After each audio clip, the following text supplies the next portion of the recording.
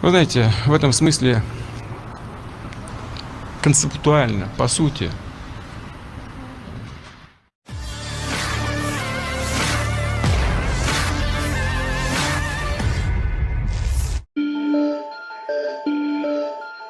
Sebuah rekaman ramai beredar di media sosial Telegram pada Kamis 19 Januari 2023. Dalam rekaman tersebut menunjukkan Presiden Rusia Vladimir Putin yang tampak menyampaikan beberapa hal di hadapan wartawan. Di antaranya, Putin menyampaikan bahwa Rusia memproduksi rudal pertahanan udara 3 kali lebih banyak daripada Amerika Serikat.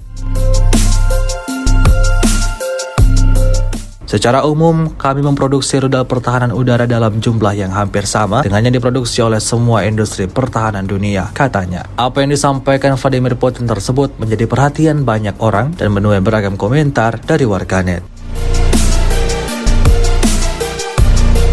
Memasuki hari ke-330, Rusia melaporkan secara total 373 pesawat Ukraina dan 200 helikopter, 2.898 kendaraan udara tak berawak, 401 sistem rudal anti pesawat dieliminir sejak awal operasi khusus. Sementara itu dari kubu Kiev, Kementerian Pertahanan Ukraina melaporkan 820 tentara Rusia dieliminir dalam sehari terakhir. Артилерійських систем 2108, РСЗВ 442, засобів ППО 220, літаків 287, гелікоптерів 276, автомобільної техніки та автоцистерн 4889, кораблів та катерів 17 БПЛА оперативно-тактичного рівня 1876, крилатих ракет 749, спеціальної техніки 190. Дані уточнюються. и социальная сфера, в том числе связанная с поддержкой семей, требующих особого внимания со стороны государства, здравоохранение. Все это создает основу для нашего эффективного развития и для победы. Она обеспечена.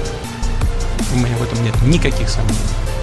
В том числе гарантия этому то, над чем вы работаете, как вы работаете и что вы делаете. Вот так, для примера, сейчас мы с коллегами, с вашими руководителями разговаривали. Мы, например,